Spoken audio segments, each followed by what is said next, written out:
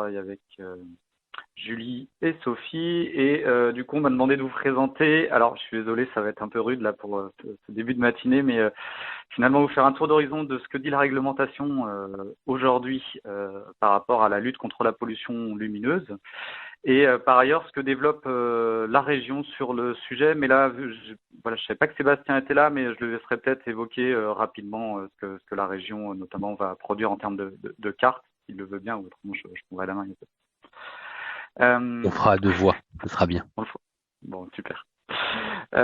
Du coup, alors, donc par rapport à la réglementation sur donc la lutte contre la pollution lumineuse, puisque l'État s'est bien rendu compte, alors pour des raisons alors de voir les étoiles astronomiques, mais aussi de lutte contre, enfin, par rapport à l'énergie, pour économiser de l'énergie, ou encore plus récemment, donc pour favoriser le développement de la biodiversité, a décidé de légiférer sur les sujets avec je crois, ne pas trop me tromper, une certaine pression d'association pour l'aider en ce sens. Il y avait déjà une réglementation qui était préexistante, qui avait avec une loi qui datait de 2013, qui concernait alors plutôt, on va dire, les bâtiments non résidentiels et les vitrines de magasins.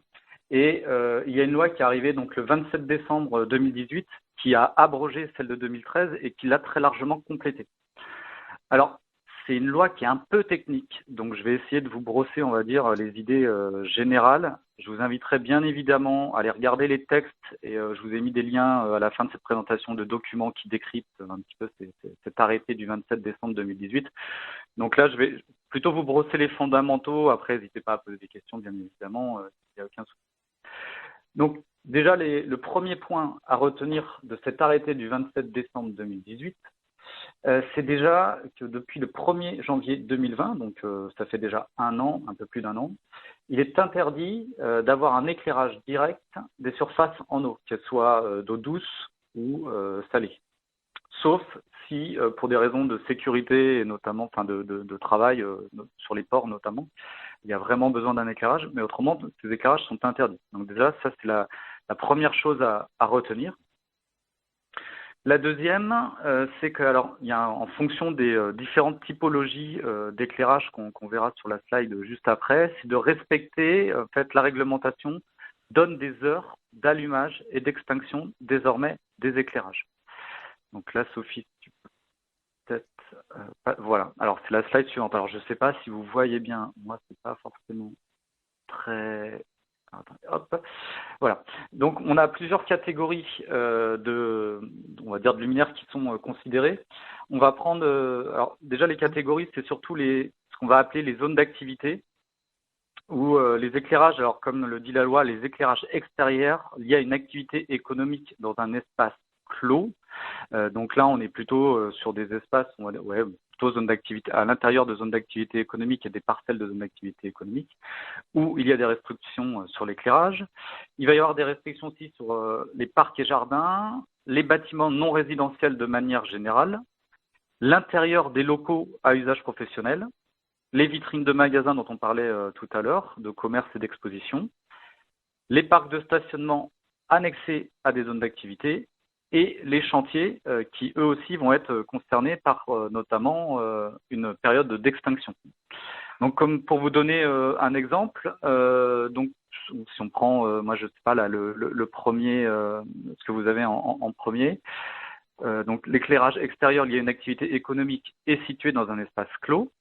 Donc l'extinction doit se faire 1 heure après la fin de l'activité et l'allumage ensuite doit se faire à 7 heures du matin ou 1 heure avant le début de l'activité. Notamment, on peut penser avec des activités qui seront en 3-8 ou ce genre de choses. Donc voilà pour les horaires, je ne vais pas tous vous les détailler, là vous pourrez les regarder au fur et à mesure pour que ce soit plus simple pour vous. C'est à la slide suivante. Donc la réglementation donc intervient sur les surfaces en eau, sur des heures donc d'extinction et d'allumage, et aussi sur toutes les nouvelles installations d'éclairage où elles doivent désormais répondre à des normes techniques bien particulières. dont on va dire les deux principaux éléments qu'il faudra retenir de votre côté, parce qu'en fait, il y a 4 éléments techniques qui sont demandés. Donc là, c'est la slide d'après. Et je ne vais pas pouvoir tous vous les expliquer de manière très complète, puisque à un moment, cette information me dépasse un peu, puisque c'est très technique, mais les éclairagistes, à mon avis, savent forcément lire ces éléments-là. Donc, il y a, on va dire, les éléments qui sont sur... Enfin, retenir une chose, c'est que l'éclairage doit se faire en priorité vers le bas. C'est l'image que vous avez en haut à gauche, avec ce qu'on appelle l'ULR, qu'on appelle ULOR, qui doit être au minimum supérieur à 4% une fois que l'éclairage est mis en place.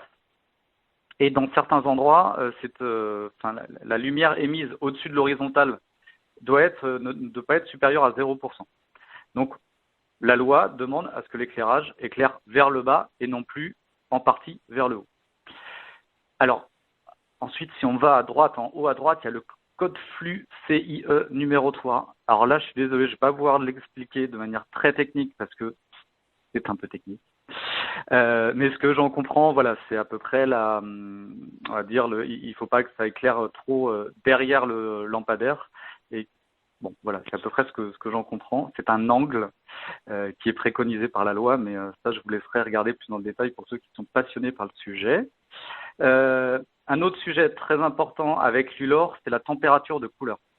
Donc vous verrez, je vous en parlerai après, elle diffère en fonction des endroits où vous pouvez être, mais de manière générale, aujourd'hui, la température de couleur donc sur les éclairages qui sont nouvellement installés doit être inférieure à 3000 Kelvin. Donc là, vous êtes sur le niveau gauche, on va dire, de la flèche là qui est représentée. On commence à être sur des couleurs qui sont plutôt de l'ordre du jaune et on arrive vers l'orangé. Et donc, pour vous repérer 3000 Kelvin, enfin, après, vous avez aujourd'hui ce même système sur les ampoules que vous achetez dans le commerce. Vous avez exactement le même type d'informations dès lors que sur les emballages lorsque vous achetez des ampoules. Et après, c'est la densité surfacique de flux lumineux installé. Donc là, on vient regarder par rapport à plusieurs sources d'éclairage sur un endroit donné, quel est le flux lumineux finalement qui est concerné par cette surface pour essayer de le diminuer au maximum. Donc ça rejoint aussi des notions de puissance, notamment d'éclairage. Donc voilà pour les 4 éléments qui sont cités par la loi. Ceux qu'il faut surtout retenir, qui sont sans doute les plus simples, donc c'est l'ULOR et la température de couleur. Donc c'est ce que je vous ai remis en fait dans l'élément là à retenir. Alors ce qu'il faut savoir, c'est que par rapport à l'ensemble de ces éléments, il y a quand même la réglementation fait des différences entre, par exemple, que vous soyez en agglomération ou hors agglomération, que vous soyez dans une réserve naturelle, dans des sites astronomiques ou dans des parcs régionaux ou nationaux. Alors, pour les parcs régionaux ou nationaux, c'est depuis le 1er janvier 2020, la réglementation peut être adaptée via des arrêtés préfectoraux. On laisse au préfet la possibilité de pouvoir aller plus loin, on va dire, que la réglementation générale sur ces secteurs. Idem pour les températures de couleur, alors de mémoire, je crois que c'est dans les réserves naturelles, les sites astronomiques, la limite est de 2400 Kelvin. Donc on ne pourra pas aller au-delà, vous pouvez bien entendu aller en dessous, mais du coup on sera plutôt sur une couleur orangée que jaune sur l'installation des éléments. Alors d'un point de vue technique, parce que c'est une question qui est de temps en temps posée, on a l'habitude, effectivement, enfin, avec les nouvelles installations, d'avoir des LED qui étaient plutôt de couleur blanche. Donc, on n'était pas du tout dans les 3000 Kelvin, on devait être plutôt aux alentours des 4000, 4500. Et ce qu'il faut savoir, c'est qu'aujourd'hui, il est tout à fait possible d'avoir des LED qui donnent qui vont dans des couleurs jaune-orangé, donc qui respectent cette réglementation de 3000 Kelvin. Voilà, c'est techniquement possible. Donc voilà pour on va dire, les nouvelles normes techniques qui doivent être appliquées maintenant depuis le 1er janvier 2020, donc plus d'1 an.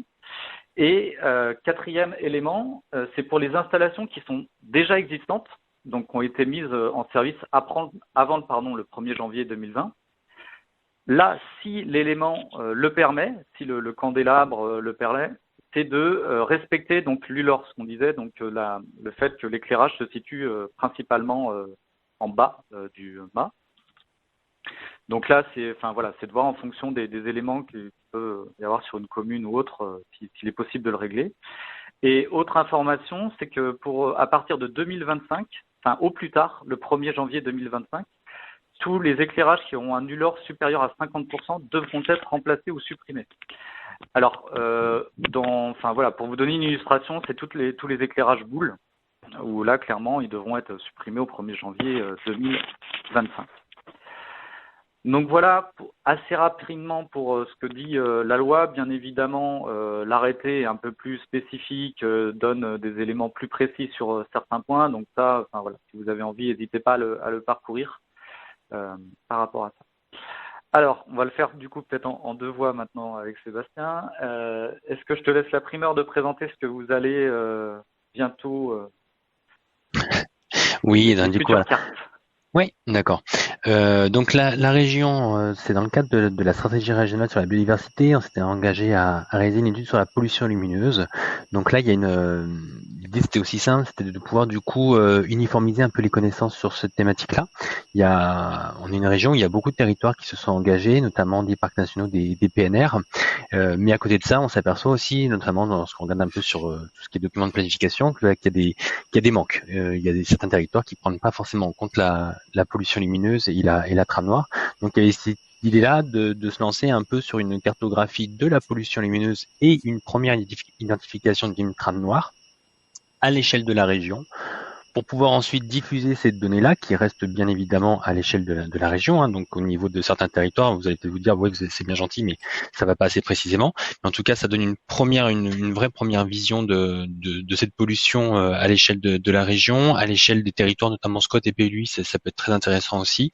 Et puis du coup, il y a ce travail aussi sur la trame noire. Donc trame noire où là, l'idée, c'est on a tout simplement c'est déjà bien, on a superposé la carte des CRCE, donc les schémas régionaux de cohérence écologique, avec la carte de pollution lumineuse qu'on va obtenir.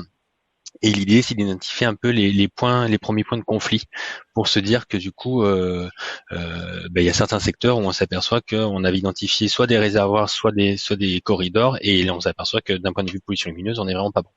Donc tout ça, ça sera donc une réunion le 11 mars prochain.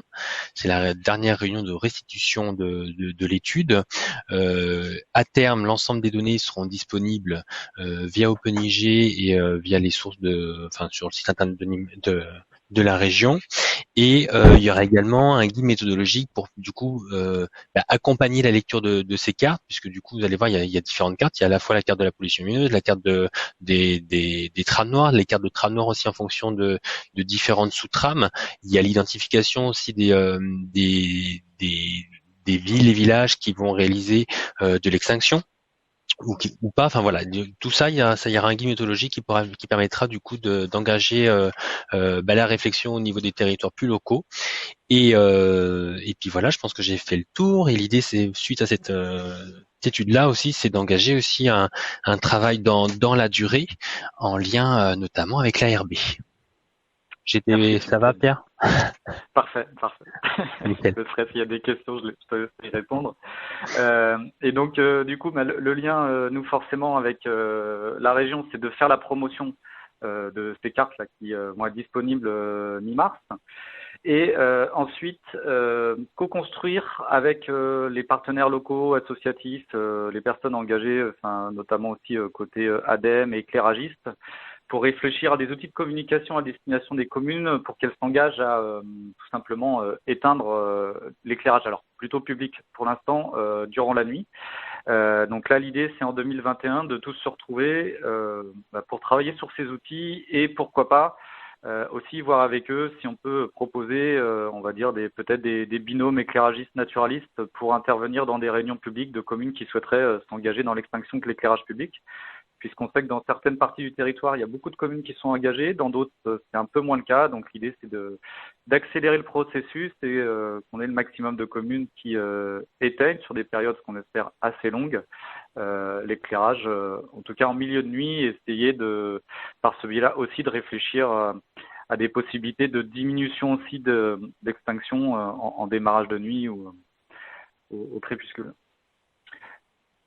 Voilà pour, on va dire, cette introduction. Et vous verrez, donc ça, j'imagine que tout ça transmis, donc les liens avec l'arrêté que vous pourrez regarder plus dans le détail.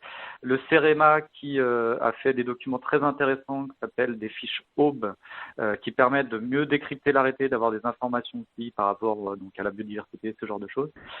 Des fiches illustrées qui sont disponibles sur le site de FNE Midi-Pyrénées, qui sont 2 affiches qui sont très simples, mais qui permettent de décrypter, on va dire, beaucoup plus rapidement cet arrêté. Et un peu de promotion aussi par rapport donc à la région sur une page dédiée à un site internet sur la pollution lumineuse et la trame noire. Et par rapport à l'ARB, on fait un peu d'autopromotion aussi. On a fait des actus par rapport à cette nouvelle réglementation et les incidences sur la biodiversité dans le mois dernier et via des posts sur LinkedIn. Donc on vous encourage aussi à nous suivre par ces 2 médias. Merci Pierre. Je vais arrêter le partage d'écran, qu'on puisse se voir un peu plus. Est-ce qu'il y en a Oui, alors du coup, juste pour répondre dans le chat, déjà merci, c'est Jessica Ramier qui nous a transmis aussi un document du Parc national des Cévennes sur guide de l'éclairage. Et du coup, oui, bien sûr, les supports de présentation seront accessibles ensuite sur le site internet de l'ARB, donc je vous enverrai le lien et la vidéo aussi de nos échanges sera disponible. Est-ce qu'il y a déjà des questions suite à cette présentation conjointe de région Occitanie et ARB sur du coup les questions de réglementation, sur l'actualité et les travaux qui sont en cours? Oui. Oui, bonjour. Cyril, allez-y. Merci. Une question, merci d'abord pour votre présentation. J'ai une question par rapport à la norme réglementation, par rapport au terrain de foot, au terrain de rugby, terrain de sport généralement qui sont éclairés de 6h30 à 10h, pile là où il y a une activité forte pour les chiroptères par exemple. Quel en est-il? Eh bien, ils ne sont pas concernés par la réglementation, donc aujourd'hui, ce n'est pas interdit et je pense que ça fait partie. On préfère encore jouer au foot et au rugby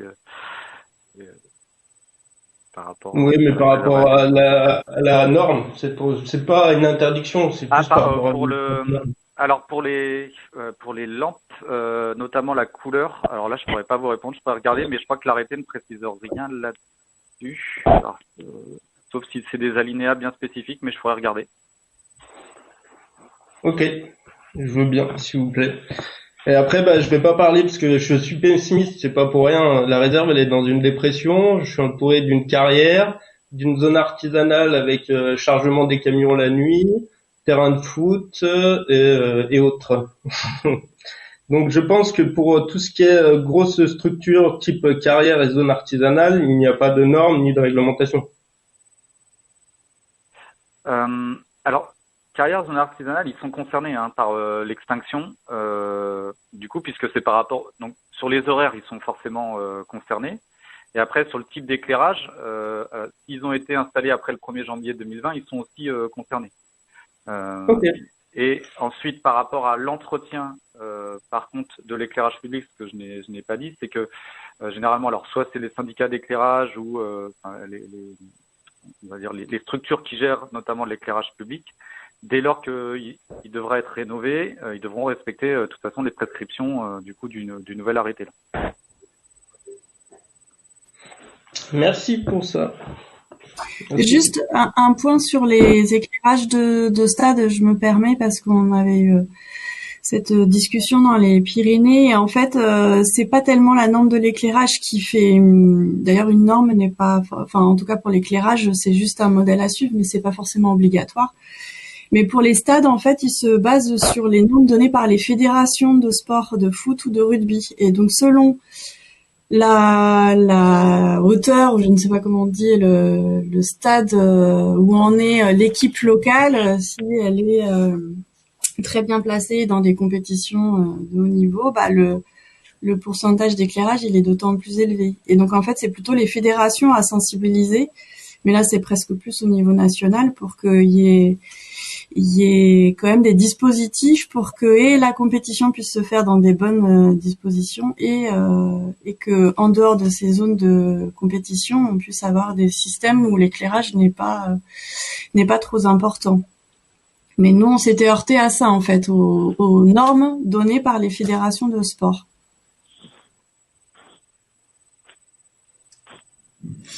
Ok, merci pour les précisions. Il y avait Delphine aussi qui voulait poser une question.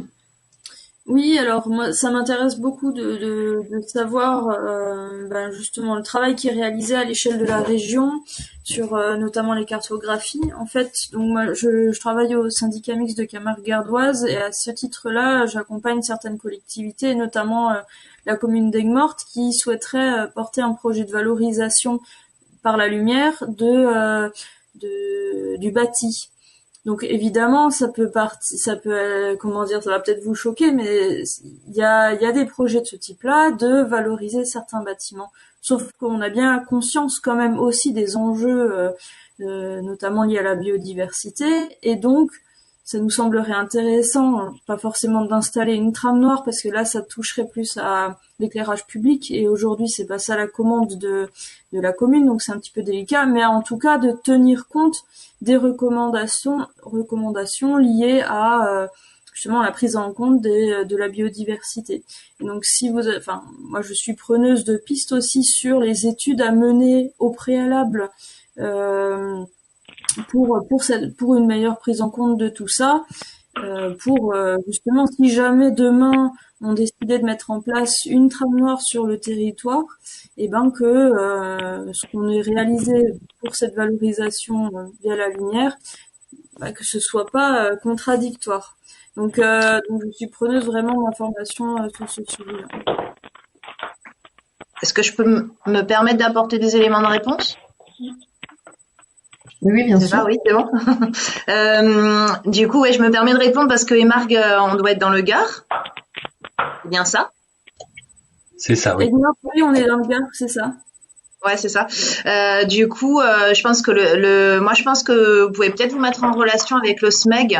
Nous, on a beaucoup travaillé en fait avec le syndicat d'électricité du Gard, donc le SMEG 30, pour justement la mise en place de la réserve de ciel étoilé sur le territoire du parc.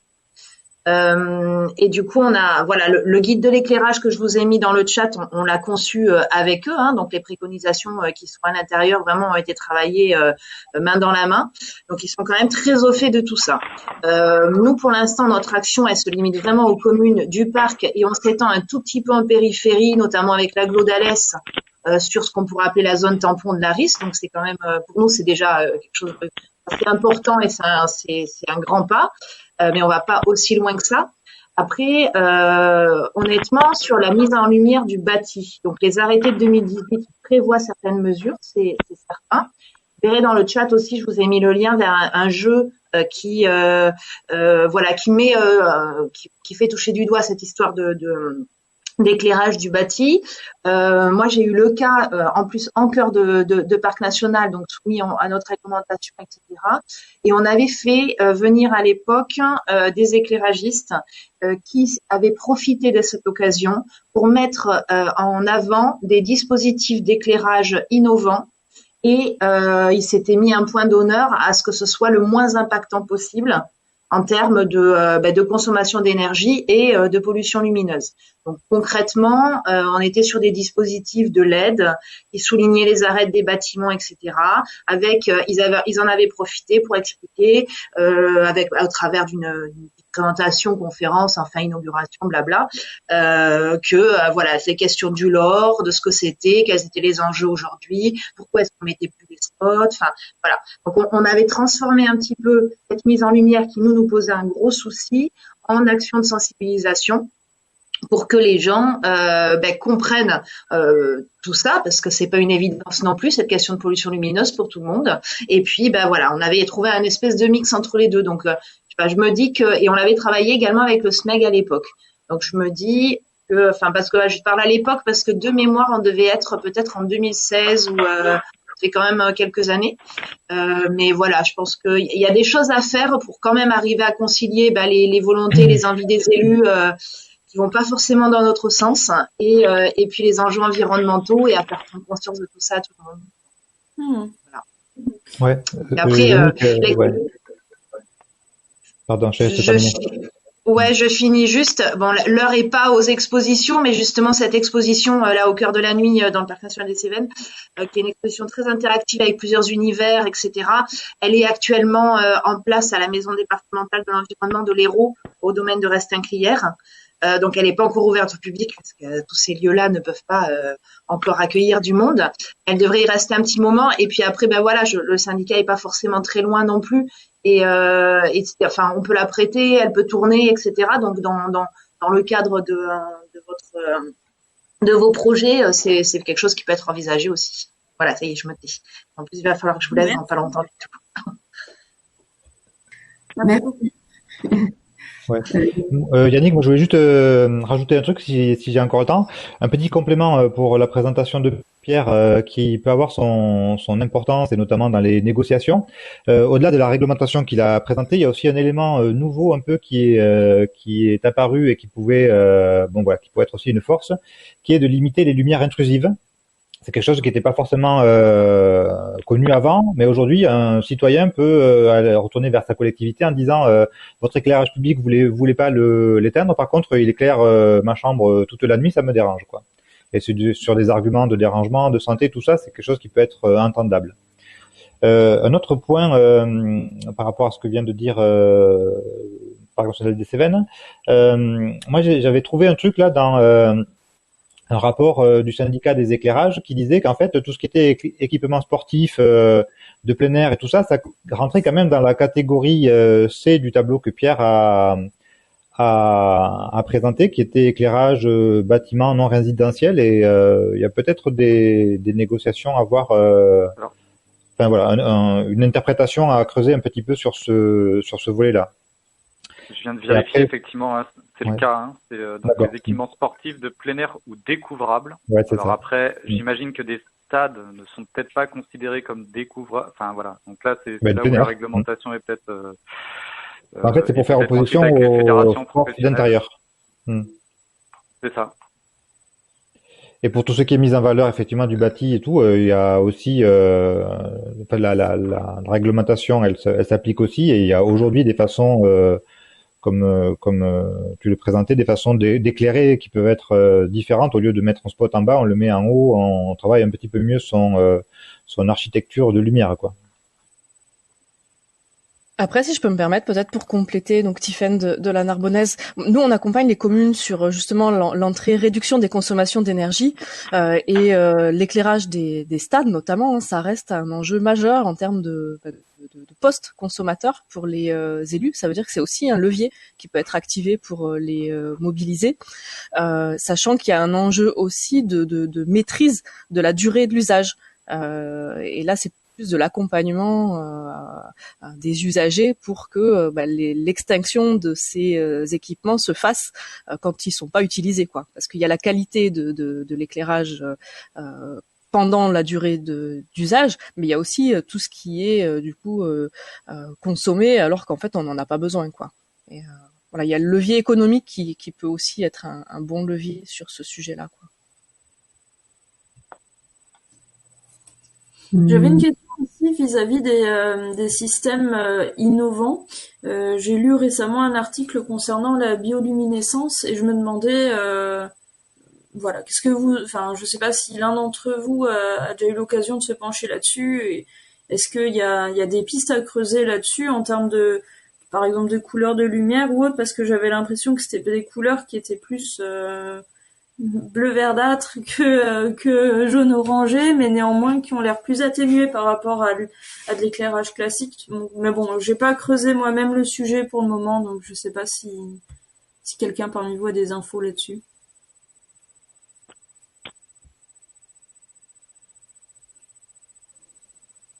Non. Pardon.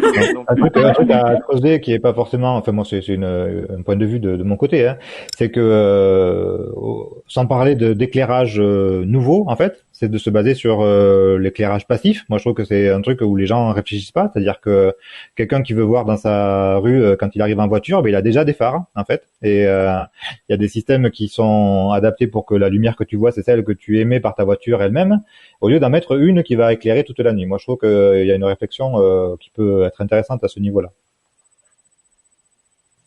Pour tout ce qui est pont, pour tout ce qui est mise en sécurité des routes, enfin tout ça, il n'y a pas besoin que ça éclaire une fois que tu es passé.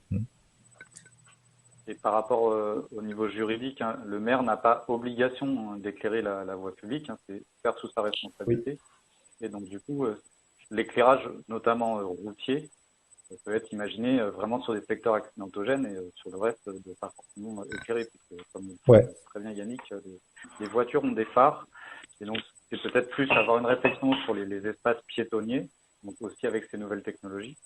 Il y a aussi des choses qui se développent avec de l'éclairage, on va dire, instantané dès lors qu'une personne arrive sur une zone où les lumières vont s'éclairer. Donc là-dessus, il y a des études qui démarrent. Je crois que le Muséum d'histoire naturelle a demandé un stage là, sur le sujet pour justement analyser les documentations scientifiques pour savoir si ça fait pas plus de mal sur la biodiversité qu'autre chose. J'imagine qu'on aura des éléments là dans les mois à venir. Okay. Les trucs qui font plus de mal que autre chose, c'est vrai que cet avènement des LED et tout ça, moi je suis un peu perplexe en termes d'efficacité, en termes de biodiv, de santé et tout ça. Effectivement, ça coûte moins cher, ça dure soi-disant plus longtemps, même si c'est pas forcément vrai à l'épreuve du temps. Mais au fond, garder des vieilles ampoules vapeur de sodium, moi ça m'allait bien, quoi.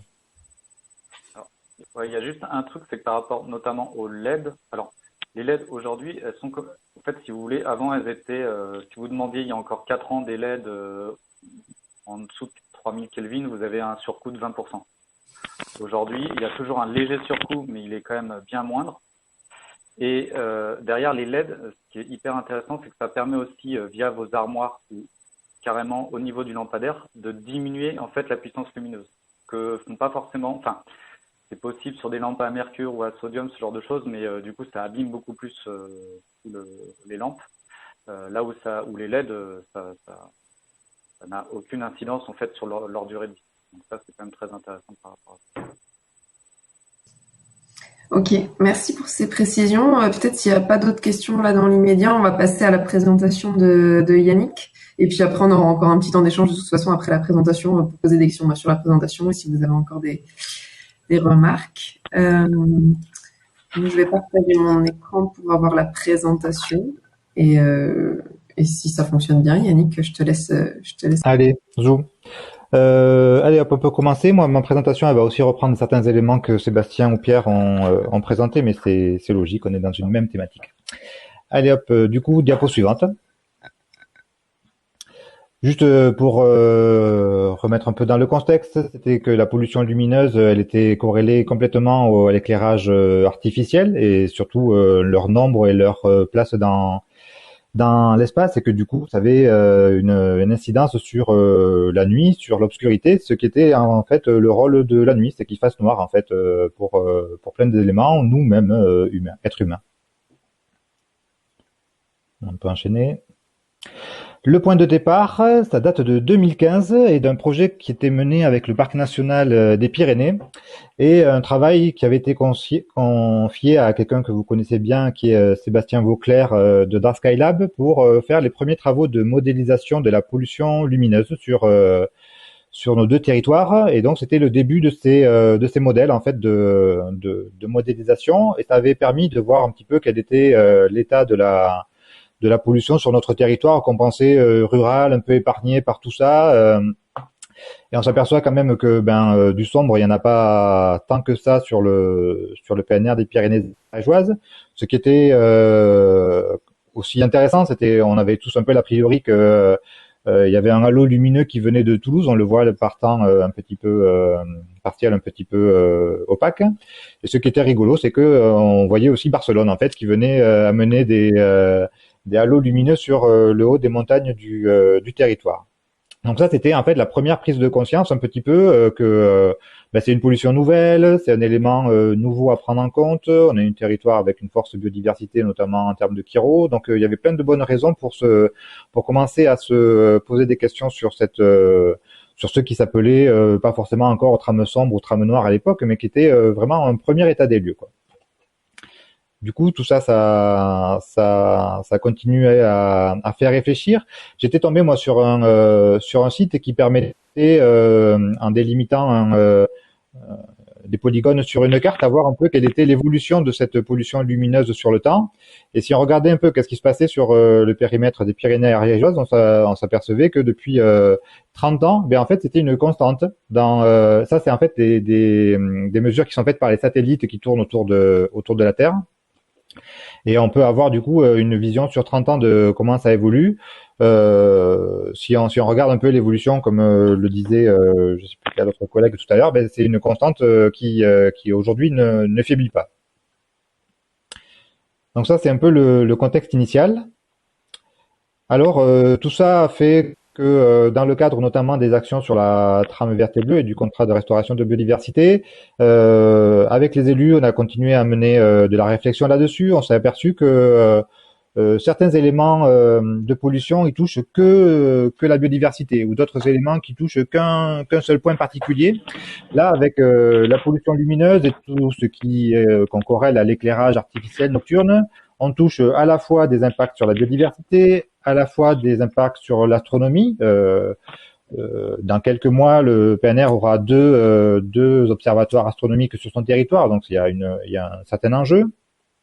Il y a bien sûr, on l'a vu, un impact sur la consommation d'énergie. Selon l'ADEME, c'est à peu près 40% de la dépense électrique des communes, l'éclairage public. Des choses un peu nouvelles qui s'affinent d'année en année, c'est l'impact de l'éclairage sur le sommeil et la santé. On sait qu'il y a des éléments qui sont corrélés avec l'obésité, le stress, la qualité de sommeil. Aujourd'hui, il y a des focales qui sont en train d'être un peu plus affinées sur certains cancers qui sont liés aux hormones, en fait, cancer du sein et cancer de la prostate. Comme ça, il n'y a pas de jaloux.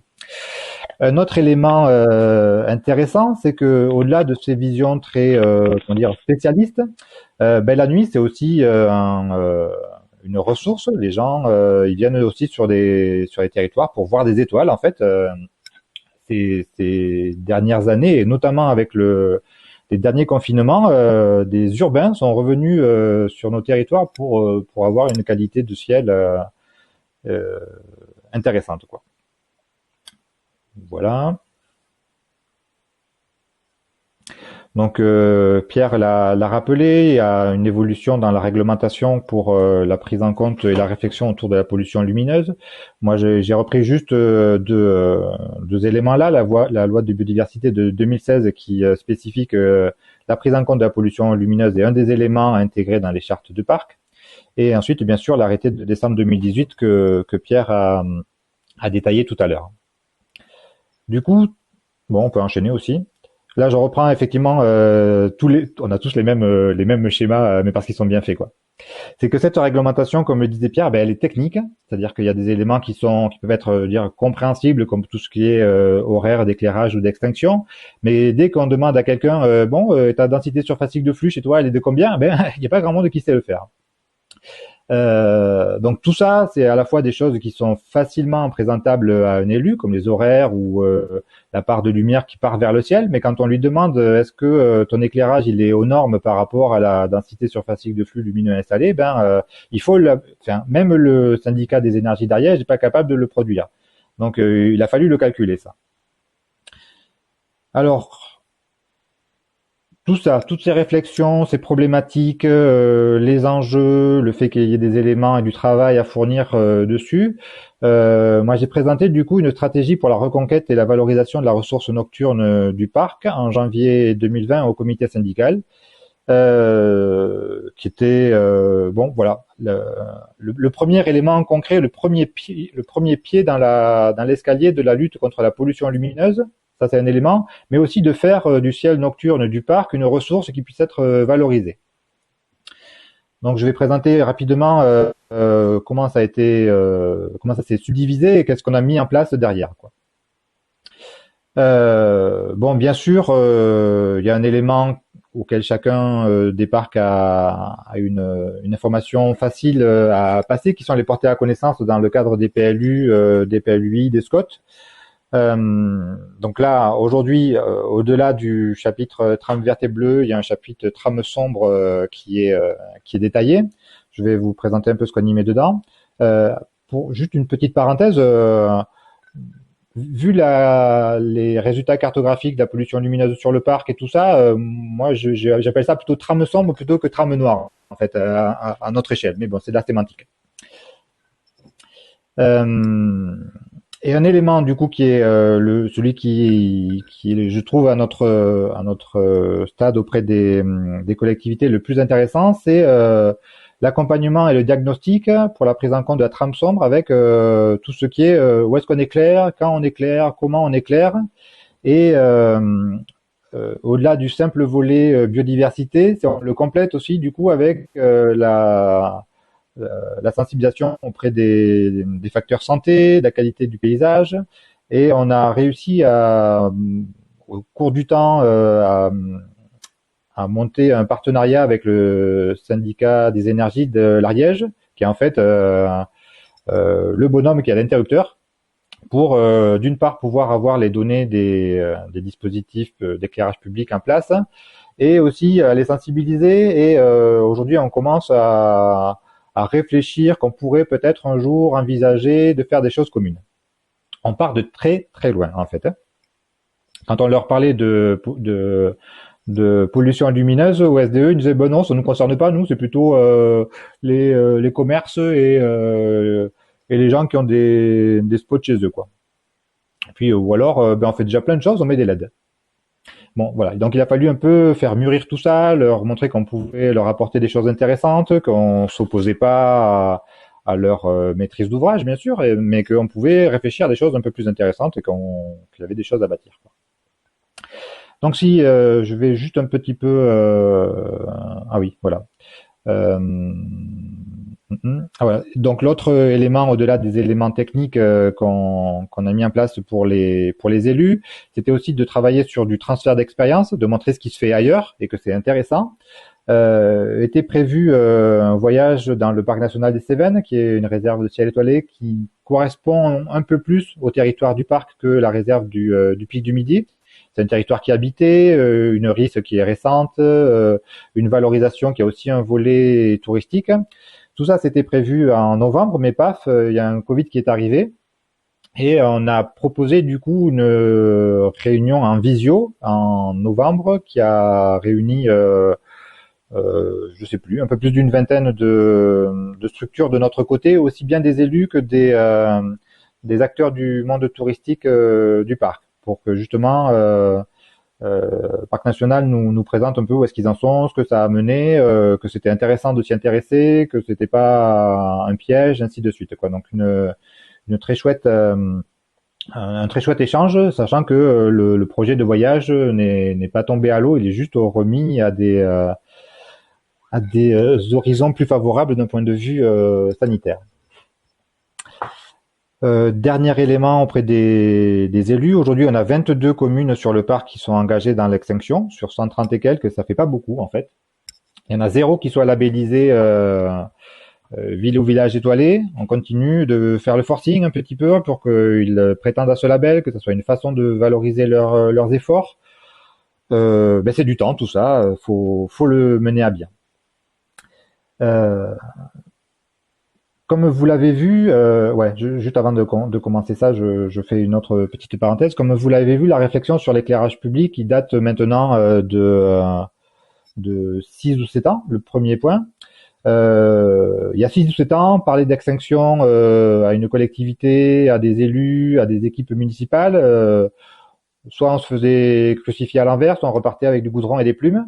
Aujourd'hui, à partir des dernières élections, il y a eu un virage remarquable qui a été au moins sur le territoire du PNR des Pyrénées ariégeoises, qui a été effectué. Il y a des élus qui sont en demande de ça et qui on peut parler, envisager beaucoup plus de choses qu'on pouvait le faire il y a 5 ou 7 ans. C'est valable auprès des élus, mais c'est aussi valable, comme je disais, auprès des citoyens, des attentes citoyennes de l'environnement nocturne qu'ils habitent. On peut enchaîner du coup. Ce qu'on a fait en fin d'année dernière, c'est qu'on a proposé un accompagnement à toutes les communes du parc pour réfléchir avec elles à un diagnostic de leur éclairage public et aussi tram vert et bleu au sens large s'ils ont besoin, quoi.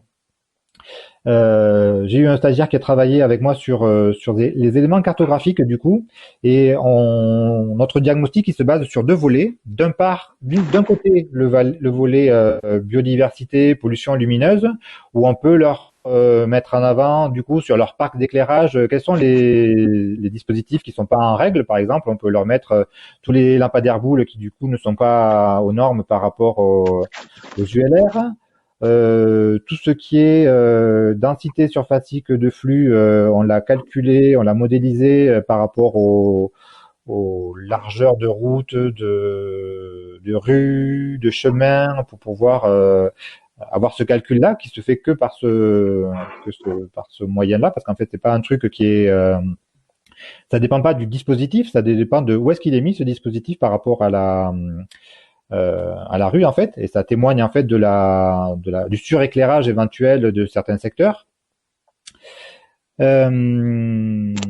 Pareil pour la température de couleur, ça permet de dire ben voilà, vous avez sur vos 100 lampadaires, vous en avez 80 qui sont encore des néons qui éclairent à 6000 degrés Kelvin de lumière bleue, la pire aussi bien pour la biodive que pour la santé.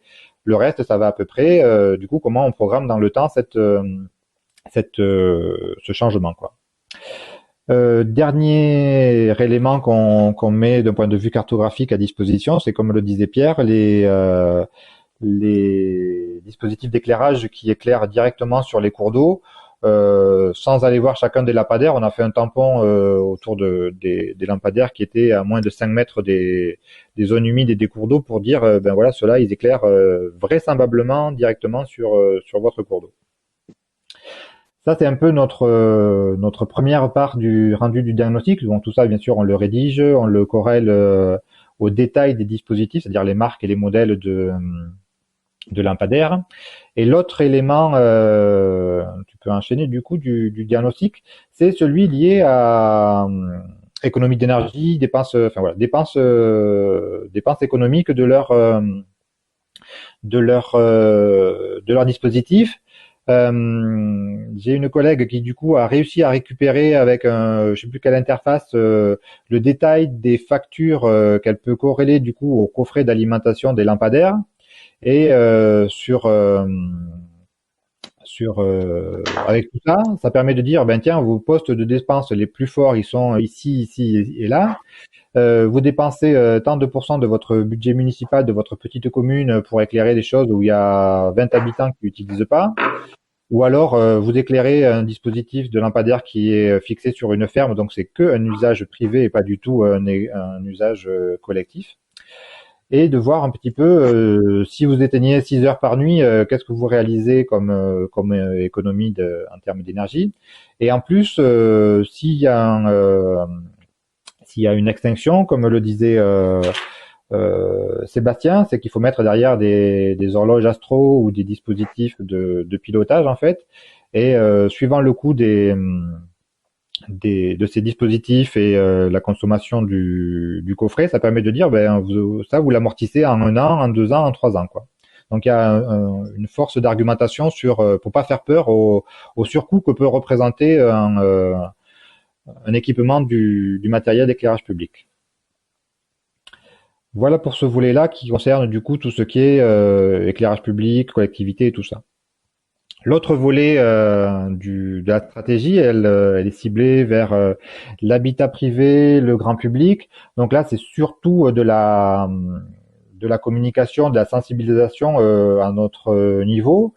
En 2020, du coup, on a organisé un concours photographique sur la nuit des Pyrénées ariégeoises. Donc c'était le grand public, des citoyens résidents ou de passage dans le parc qui étaient invités à faire part de leurs photos nocturnes, et on a du coup récompensé les trois premiers primés. Ça a permis d'avoir des visions aussi relativement intéressantes de ce qu'était la nuit pour les citoyens. Parfois c'était un paysage nocturne, parfois il y avait une forte connotation astronomique, parfois il y avait aussi une sensibilité artistique. C'est vraiment ça qui fait la richesse de la vision de la nuit. On l'a vu tout à l'heure avec le nuage de mots. Il y a aussi bien des chiroptères de naturalistes que des gens qui mettent les étoiles en avant, que des gens qui mettent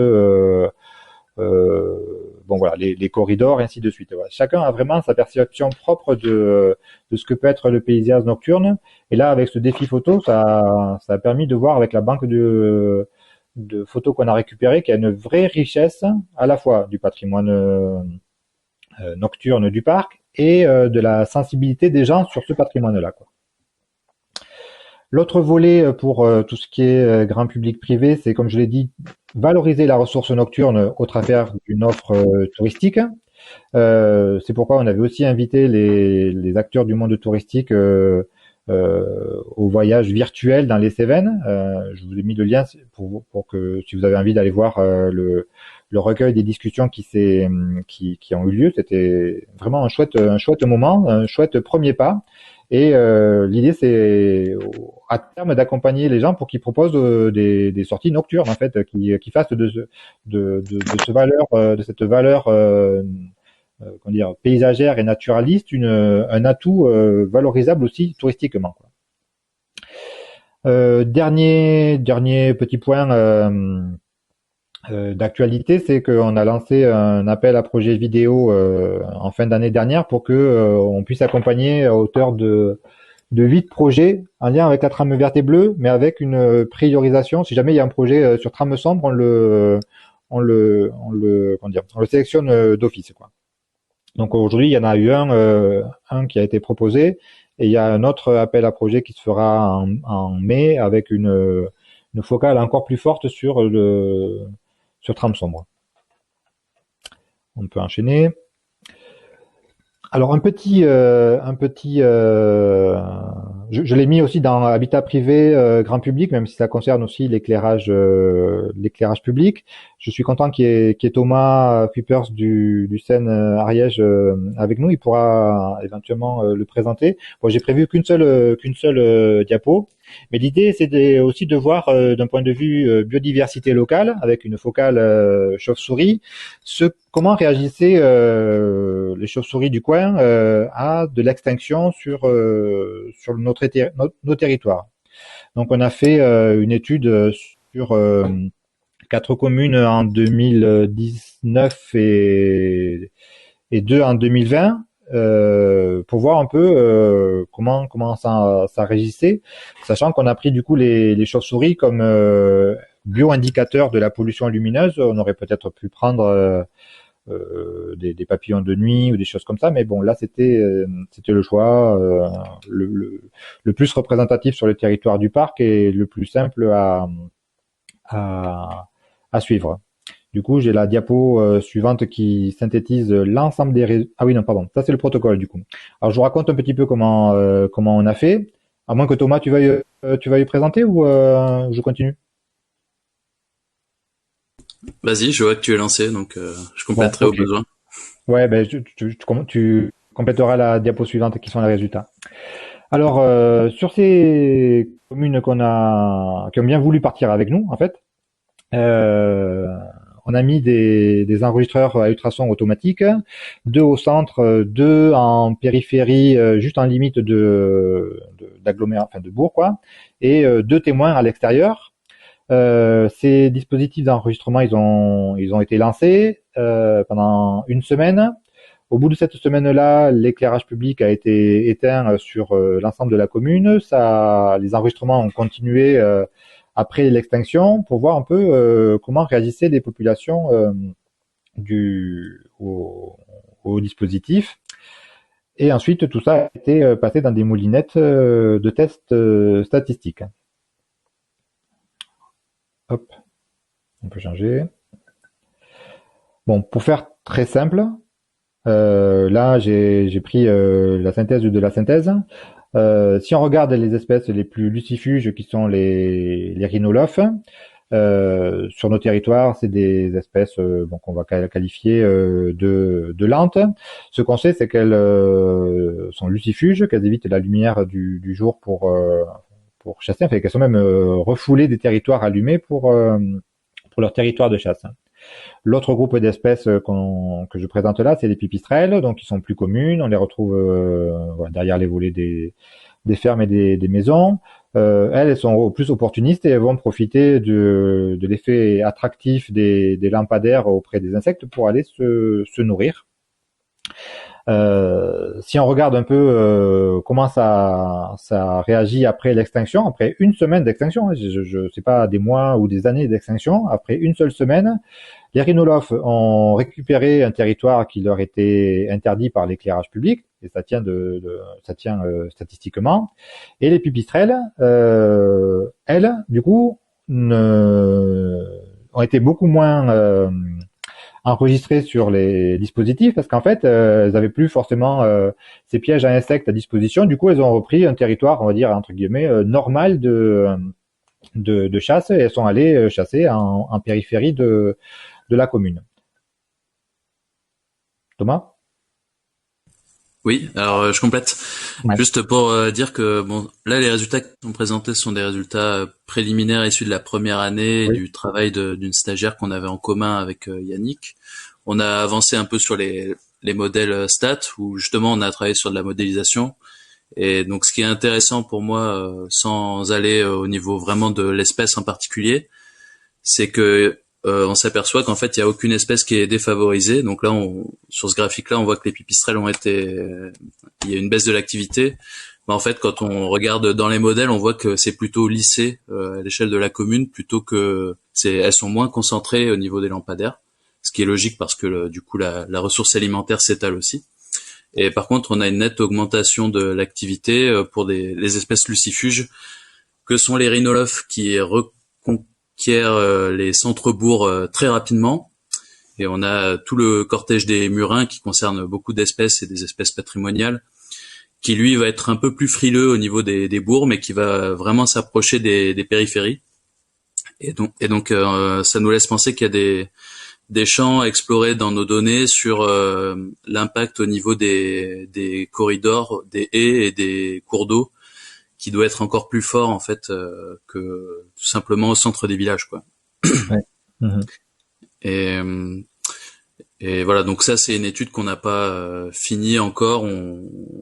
On s'est rapproché du muséum pour valider nos observations et nos modèles statistiques. Donc ça donnera lieu à une publication, je pense, fin d'année ou début d'année prochaine, quoi. Très bien. Si tout se passe bien. Bon, voilà. Donc effectivement, moi j'avais choisi l'approche très synthétique, mais c'est pour montrer que, comme le disait tout à l'heure, je sais plus, Marie peut-être, hein, c'est une des rares pollutions qui soit facilement remédiable. Il suffit d'appuyer sur un bouton, et on voit que le retour à une normalité, entre guillemets, c'est très rapide. Et une semaine, là, suffit pour que cet effet répulsif, voire exclusif, soit gommé. Voilà pour ce retour d'expérience.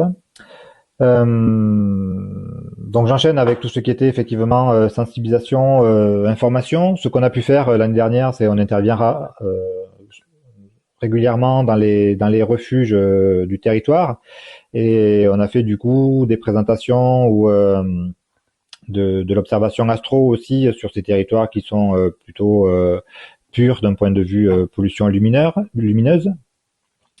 Moi j'ai un chouchou récent qui est Samuel Chaléa, qui est un chercheur aujourd'hui indépendant, mais qui a travaillé sur la nuit, sur son aspect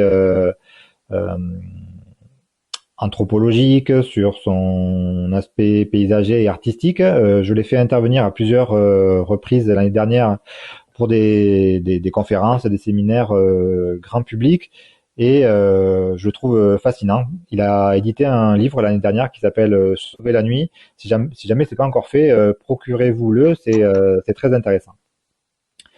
Bien sûr, on a profité des nuits des étoiles pour communiquer là-dessus. On travaille avec l'observatoire de Sabarat, qui est une petite commune avec un observatoire dessus. Ça a permis, voilà, d'amener des gens qui pensaient que l'astronomie c'était un truc de spécialistes, et là de pouvoir goûter au plaisir de voir des anneaux de Saturne ou Pluton cachés derrière Mercure, c'était quand même assez magique. La nuit de la chauve-souris, c'est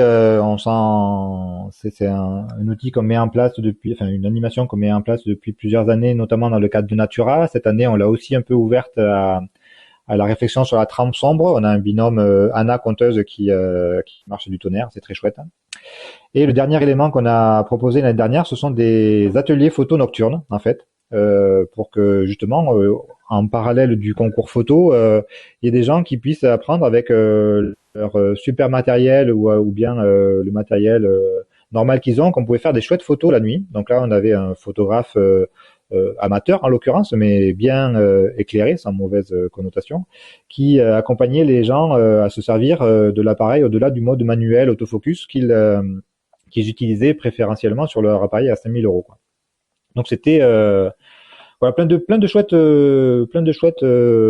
éléments qui montrent que les gens ils sont sensibles, qu'il y a une vraie attente sociétale de la nuit. Je le répète, c'est quelque chose qui émerge et qui continue d'émerger, et qu'il y a effectivement du boulot sur tous les fronts, aussi bien sur la sensibilisation des élus à passer le pas un petit peu, que en faire vraiment un atout et que les gens s'approprient le noir et qu'ils aient plus peur du loup, quoi. Je crois que j'ai fini.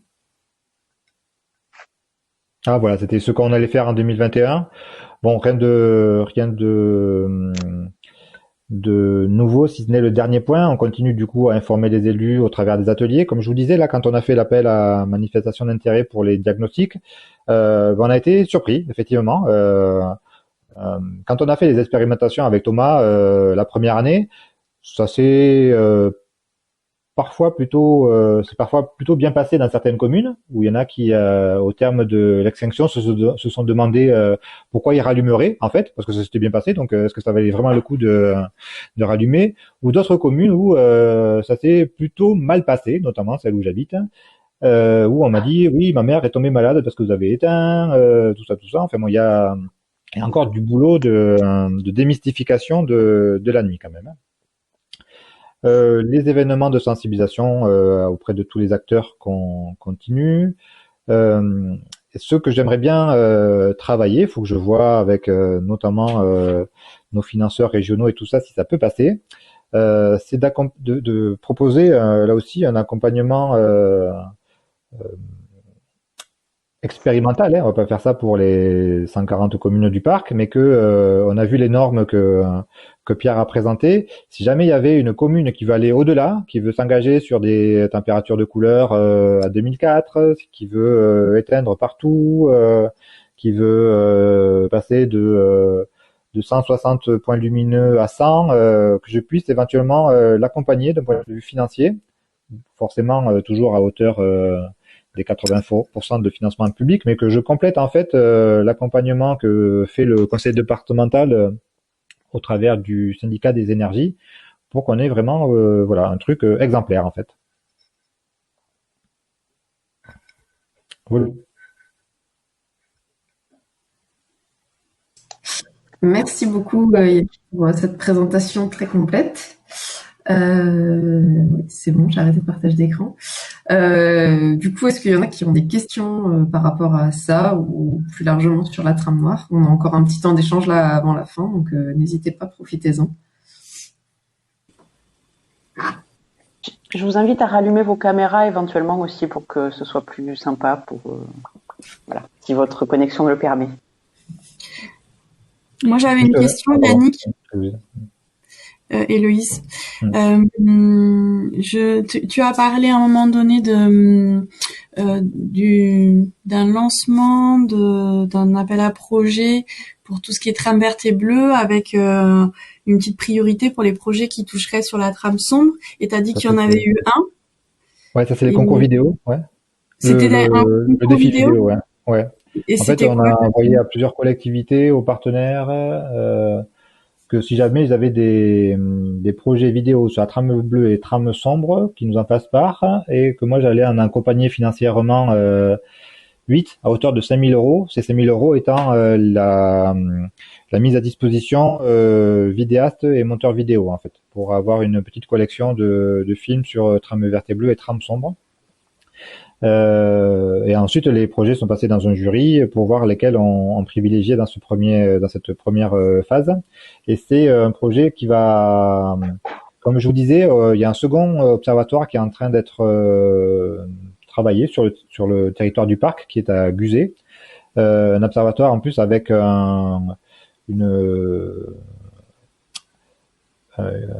il veut que ça soit accessible pour les handicapés, notamment handicapés non-voyants.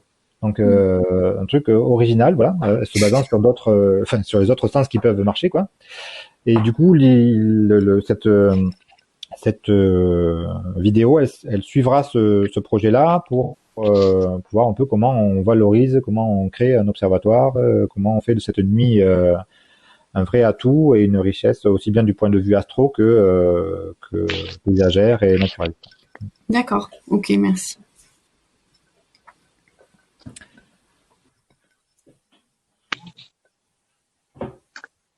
D'autres questions? Ah oui, ça y est, je savais que je voulais raconter. Au départ, en 2020, moi j'avais la prétention de faire aussi une cartographie de la trame sombre sur le territoire du parc. Et en fait, autant on a une carto trame verte et bleue qui marche bien, la modélisation a bien marché, c'est un travail qu'on a fait avec les 4 autres parcs de ex-Midi-Pyrénées. Eh bien, on n'est pas arrivé à faire une carto trame sombre à part entière, à définir la partie la plus simple, on va dire, ça aurait été de prendre la carto trame verte et bleue et de mettre les points lumineux comme un point noir sur la continuité des corridors. C'est pas cette démarche que je souhaitais. Je la trouvais un peu, bon, pas forcément facile, mais peut-être pas aussi valide que ça d'un point de vue fonctionnalité. Je voulais qu'on définisse les réservoirs, les zones relais et les corridors à part entière. Et bien, avec le stagiaire que j'avais, on n'y est pas arrivé en 2020. On essaiera de voir si comment on s'en sort, quoi. C'est mon petit regret de 2020, c'est de pas avoir abouti à ce nouvel argument, ce nouvel outil. Et si je peux me permettre, nous, on s'était lancé ensemble, donc on avait initié les réflexions ensemble. Et moi, avec le recul, je me dis que le principal, c'est pas vraiment d'avoir la trame sombre, puisque c'est une pollution réversible. C'est plutôt d'avoir la pollution lumineuse comme point de conflit, en fait, et d'identifier les zones qui ont des intérêts pour la trame verte et la trame bleue, mais qui sont dans des zones fortement impactées par la pollution lumineuse, et c'est de les cibler, de voir où elles sont, et ensuite de faire un travail de sensibilisation, d'incitation à la rénovation de l'éclairage ou à l'amélioration de l'éclairage, spécifiquement dans ces zones où on sait qu'il y a un intérêt trame verte et bleue, mais où il faut améliorer la qualité du ciel. Et pour moi maintenant, avec le recul de l'étude, je pense que c'est pas une trame sombre qu'il nous faut, mais c'est plutôt identifier les points de conflit, en fait. Bon, d'accord. Mon retour d'expérience pour le parc des Pyrénées. Et je peux dire qu'en ça, du coup, l'étude qui est portée par la région va pouvoir vous apporter des billes. Ah oui, si le créneau la grille de détail est suffisante, quoi. Voilà. Parce que tu vois, pour le SRCE, la trame verte et bleue des parcs était déjà une déclinaison du SRCE plus en finesse et plus en détail. Ouais. Et je prends moi tout ce qui est fait. Hein. J'avais une question en ce sens justement que je vais essayer de rendre clair. C'est avoir une TVB et puis identifier les points de conflit avec l'éclairage nocturne. Ok, mais ça veut dire qu'on fait pas la TVB comme on les faisait avant, parce que ça veut dire qu'il faut prendre en compte des enjeux qu'on connaissait, dont on n'avait pas connaissance avant, ou parce qu'on n'a pas les moyens de faire les investigations aussi. D'où ma question outre l'exemple des chiroptères qui me semble effectivement hyper intéressant, quelles autres espèces sont impactées? Ça, j'ai bien une idée évidemment, mais est-ce que vous avez connaissance d'exemples d'identification de la pollution lumineuse vis-à-vis de la biodiversité autres que sur les chiroptères? Et je pense en particulier à il y a les insectes nocturnes, mais aussi les oiseaux nocturnes, et en particulier aussi à l'impact de l'éclairage lumineux sur la trame bleue. Oui. Est-ce qu'il y a des exemples, autres que sur l'étude de l'impact sur les chiroptères? Voilà. Oui, enfin, je suis certainement pas exhaustif, mais il y a une biblio effectivement sur les papillons de nuit qui est assez fournie, et il y a justement des biblios sur comment se complètent les différentes approches, quoi. Comment, si on travaille sur les chiro, comment le volet papillon complète, et ainsi de suite. Sur les oiseaux nocturnes, je sais pas, mais sur tout ce qui est insectivore, insectes au sens large, pas forcément d'ailleurs que papillons, mais il y a de la biblio. Ouais, je veux bien, si tu peux me passer ça. Merci. Sur ces points, il y a... Attendez, hop, j'ai de l'écho. Il y a une publication de l'OFB qui devrait sortir.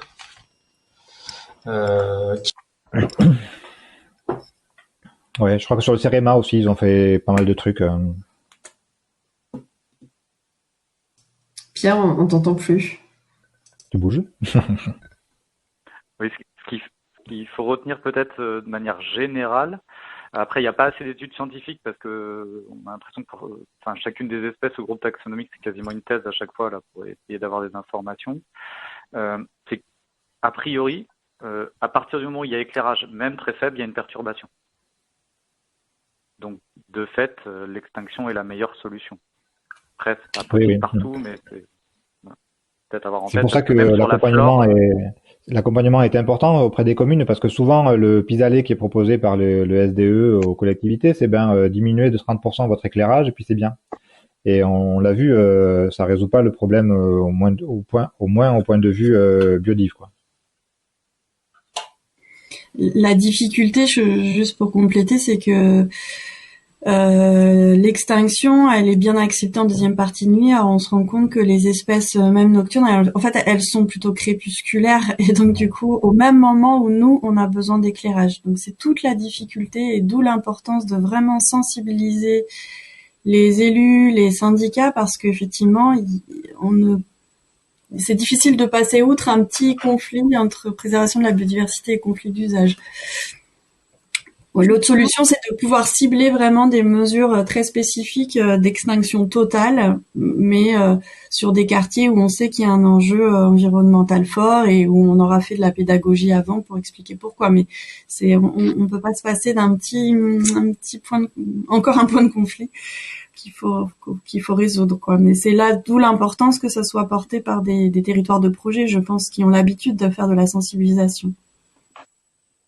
À ce sujet-là, justement, au début, il y a une personne qui, dans ses mots, avait évoqué la sécurité, qui est un argument qui est souvent porté par les élus en tout cas, ils sont réticents vis-à-vis de cet argument-là et qui en plus devient de plus en plus fort sous différents aspects, pas uniquement au niveau de la lumière. Là, on l'a pas du tout évoqué dans les présentations ou dans les discussions. Je sais pas s'il y a des éléments là-dessus, justement, de dialogue, dans les documents que vous avez évoqués, par contre, ou est-ce que vous avez des éléments à donner sur, sur ce sujet-là, comment vous avez abordé cette thématique avec les élus, quelle approche on peut envisager, etc. D'un point de vue générique, c'était de dire que il n'y avait pas de recrudescence de vol, de choses comme ça dans les endroits qui étaient à l'obscurité plutôt que éclairés, parce qu'un voleur, il a aussi besoin de voir, et du coup c'est plus facile pour lui quand la porte est éclairée, et s'il se balade avec une torche, il se fait repérer. Ce qu'on a pu avoir en termes de témoignages, c'était un témoignage du commissaire d'une des villes d'Ariège là qui s'appelle Tarascon, qui c'était du langage de commissaire, ça a tenu en une lettre, en une phrase, c'est que pas de recrudescence de vol d'insécurité n'était remarquée sur les communes éclairées par rapport aux communes aux communes éteintes par rapport aux communes éclairées. Bon, c'est un truc comme je te dis très très rapide, mais au moins c'est une figure policière qui témoigne, quoi. L'autre élément, c'est qu'on a une autre ville qui s'appelle Foix, bien sûr, qui a éteint qui éteint un certain secteur et une partie de la nuit. Et cette extinction, ça a permis aussi de gérer, comment dire, le zonage.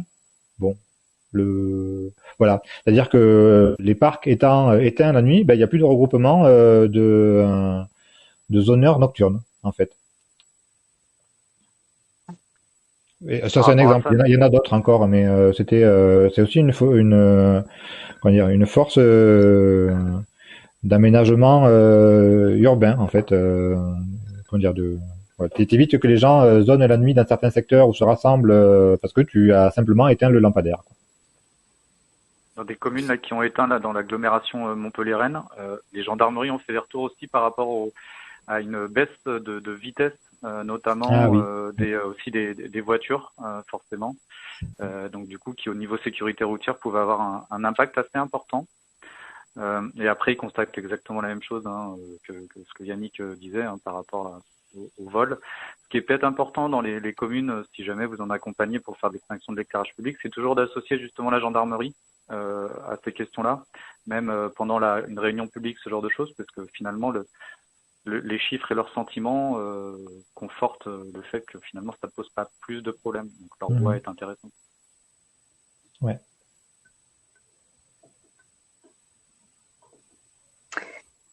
Très bien, on se rapproche de l'heure. Est-ce qu'il y a encore quelques questions? On peut prendre une ou deux questions si on dépasse un tout petit peu. Et ensuite, on va conclure. Non? Pas de questions. Ouais, juste une dernière aparté, mais je pense que ça peut concerner aussi vos territoires. En fait, les élus, au moins des précédentes conseils municipaux, ils ont vu l'éclairage arriver sur les territoires. En fait, en Ariège, c'est arrivé dans les années 70, 72 ou 75, en fait, sur nos territoires, vu comme évidemment comme une modernité, un élément allant dans l'ordre des choses. Et aujourd'hui, ces mêmes élus leur dire, en fait, on veut rétropédaler et éteindre un peu plus, ça s'opposait en fait à leur vision historique du territoire. Voilà. C'est aussi un élément à prendre en compte, en plus de tout ce qui est peur du noir, sécurité, biodiversité dont on se fout un peu, tout ça, quoi. Est-ce que vous savez s'il y a des études qui ont été menées sur, en fait, les éléments que vous avez donnés là tout à l'heure? Moi, j'en suis assez convaincue personnellement, mais entre les citer juste oralement et dire, ben si, écoutez, il y a des études qui ont été menées, ça a été prouvé, etc. Ça n'a pas le même poids, souvent en termes d'argumentation. Est-ce que vous savez s'il y a ce type de document aujourd'hui? Il y a des études. Il y a des études. Seulement, en fait, vous avez un très très fort lobby, notamment des éclairagistes ou des vendeurs qui fait qu'elles sont tout le temps remises en cause. Donc finalement, on peut pas trop les utiliser d'un point de vue, on va dire, littérature scientifique. C'est un peu le souci. Il y a beaucoup d'écrits, mais il y a beaucoup d'écrits qui se contredisent. Donc finalement, vous pouvez toujours trouver, une partie noire, une partie blanche. Donc je pense que le mieux, c'est vraiment d'avoir des discussions de terrain avec les gendarmeries locales, ce genre de choses qui finalement apportent, puis rassurent les gens. Et finalement, ça va dans le bon sens. Sur tout ce qui est sécurité et tout ça, je crois que le CEREMA a aussi une synthèse un peu sur ça. Le CEREMA qui a un volet éclairage public, ressources nocturnes qui s'est bien développé là, avec Sordeyo et toute son équipe là. Et après sur c'est pas forcément scientifique, mais on peut y avoir des retours de témoignages, des choses comme ça. Tout ce qui est association de protection du ciel nocturne, là, il y a aussi du témoignage dessus. C'est une association, c'est plus militant, tout ça. Il y a c'est une autre approche, mais il y a il y a de l'info qui circule. Mais d'un point de vue scientifique, CEREMA, c'est une ressource incroyable.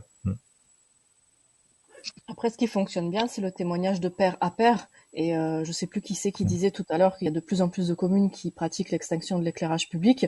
Du coup, on arrive à avoir des élus de proximité sur un même territoire qui peuvent faire part de leur retour d'expérience. Nous, on a ça avec une commune qui pratique l'extinction de l'éclairage public depuis 4-5 ans, qui a été contactée par le maire de la même interco pour savoir comment ils s'y sont pris, quels sont les retours d'expérience. Et finalement, c'est presque ce qui fonctionne le mieux, quoi, pour que ça rassure les élus qui ont envie de s'embarquer dans l'extinction de l'éclairage public, quoi. Et avec toujours ce même type de témoignage sur le non-impact, en fait, par rapport à la question de la sécurité, tout ce qui est cambriolage, accident, quoi.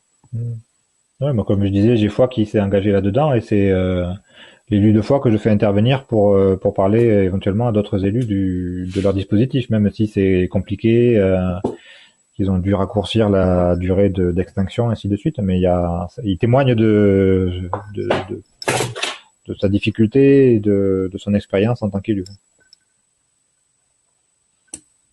Du coup, sur ce point, ça pourrait être intéressant. Je crois que la région a dit que dans les cartographies, il y aura notamment la prise en compte des villes engagées sur ce type de démarche, c'est ça? Donc, ça pourra donner des idées d'exemples aussi, et des communes qui sont peut-être proches des territoires concernés.